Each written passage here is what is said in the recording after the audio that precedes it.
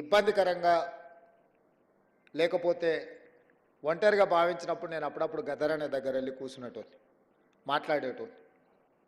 మరి చెప్పేటోరు, నీ బాధ్యత నువ్వు నెరవేర్చు, ప్రజలు తప్పకుండా నేను ఒకరోజు గుర్తిస్తారు, అండగా నిలబడతారు అని చెప్పి. వారి మాట నిజమైంది.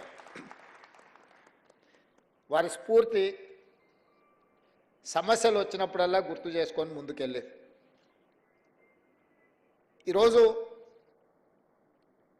తెలంగాణ సమాజంలో ఉన్న గొప్ప వ్యక్తులు కొద్దిమంది మన తరంలో మనం చూసిన వాళ్ళు.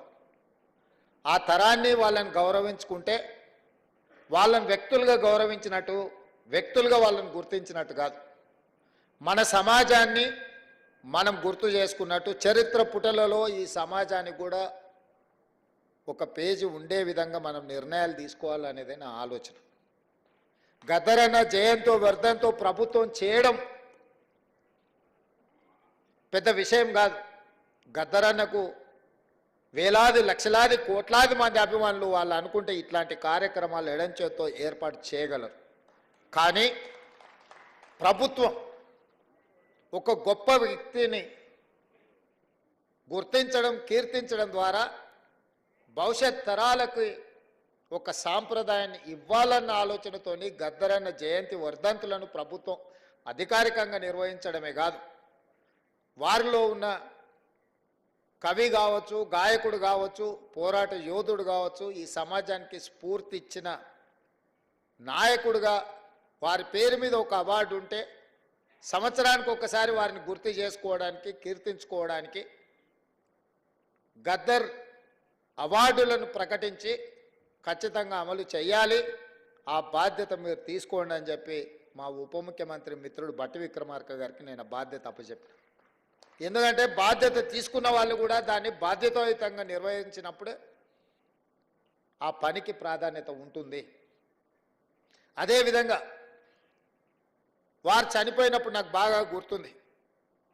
నేను ఎక్కడో ఉన్నా, గద్దరన్న ఆరోగ్యం విషమించింది అని చెప్పి టీవీలలో వస్తే నేను ఒక ఫోన్ చేసి అక్కడ హాస్పిటల్ వాళ్ళని అడిగిన, ఏంది పరిస్థితి అని.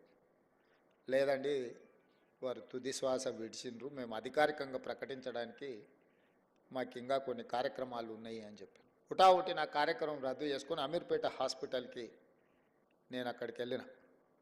అక్కడికి వెళ్తే సూర్యం కుటుంబం దుఃఖంలో ఉండ్రు. కొద్దిమంది అభిమానులు, ఎందుకంటే ఆ వార్త ఎవరికి పెద్దగా చేరలేదు. ఆనాటి ప్రభుత్వం పోలీసులను దించిండ్రు, పోలీసు వాహనాలన్నీ వచ్చినాయి, రోడ్లు క్లియర్ చేస్తుండ్రు.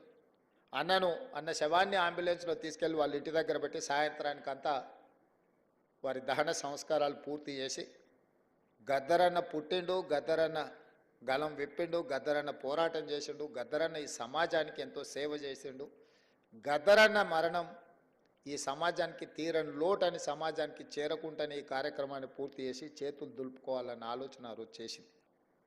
నేను సూర్యంతో మాట్లాడినా, ఏం జరుగుతుంది సూర్యం అని. అన్న నాకైతే ఏం ఆలోచన వస్తలేదు, నాకేం తడతలేదు, మీరు ఎట్లా చెప్తే అట్లా అన్నాడు.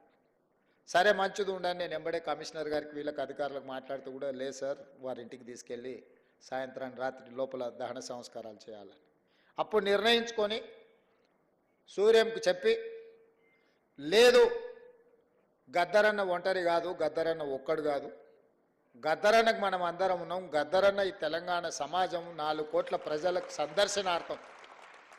ఎన్టీ రామారావు గారు చనిపోయినప్పుడు ఎల్బీ స్టేడియంలో ప్రజల సందర్శనార్థం పెట్టినప్పుడు, గద్దరన్న మరణించినప్పుడు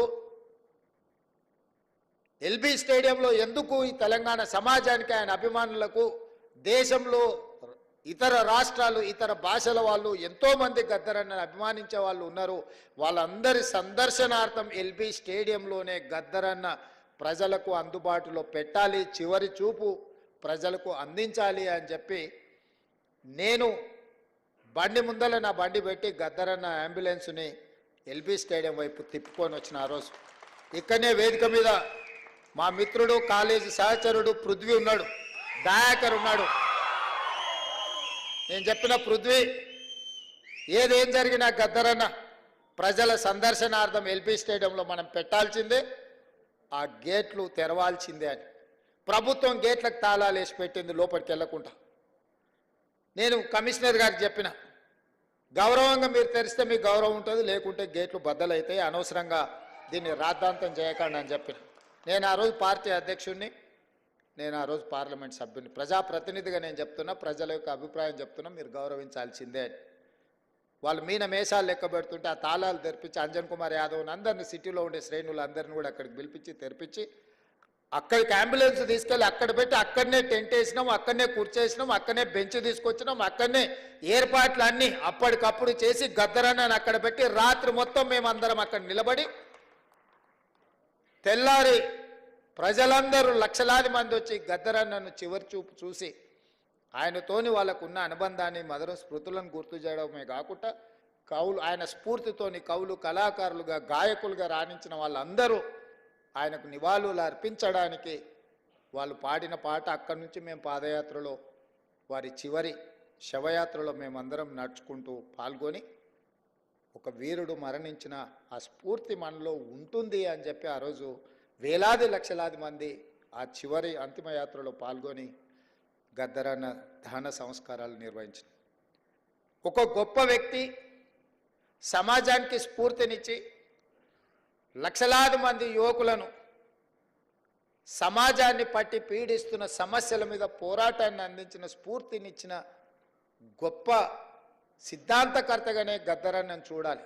ఆ సిద్ధాంతం నాకు నచ్చిందా నచ్చలేదా, సిద్ధాంతంతో నేను విభేదించినా లేకపోతే అనుకూలించిన అనే చర్చ కాదు. గద్దరన్న ఒక సైద్ధాంతిక కట్టుబాటుతో వారు జీవితం చివరి వరకు, ఆఖరి రక్తం బట్టు వరకు, చివరి శ్వాస వరకు వారు కొనసాగించారు. మనం విభేదించి ఉండొచ్చు, విభేదించినంత మాత్రాన ఆ సిద్ధాంతం ఉండకూడదన్న ఆలోచన ఎవరికైనా వస్తే అది తప్పు. 100% నేను ఖండిస్తున్నా. విభేదించిన సిద్ధాంతాన్ని కూడా చర్చలో పెట్టడమే ప్రజాస్వామ్యము. ఈరోజు చట్టసభలల్లో అన్ని రాజకీయ పార్టీలతో పాటు అన్ని రకాల సిద్ధాంతాలకు సంబంధించిన వ్యక్తుల ప్రాతినిధ్యాన్ని డాక్టర్ బాబాసాహెబ్ అంబేద్కర్ గారు అనుమతి ఇచ్చిండ్రు అని అంటే ఆ స్ఫూర్తితో ముందుకు వెళ్ళాలి.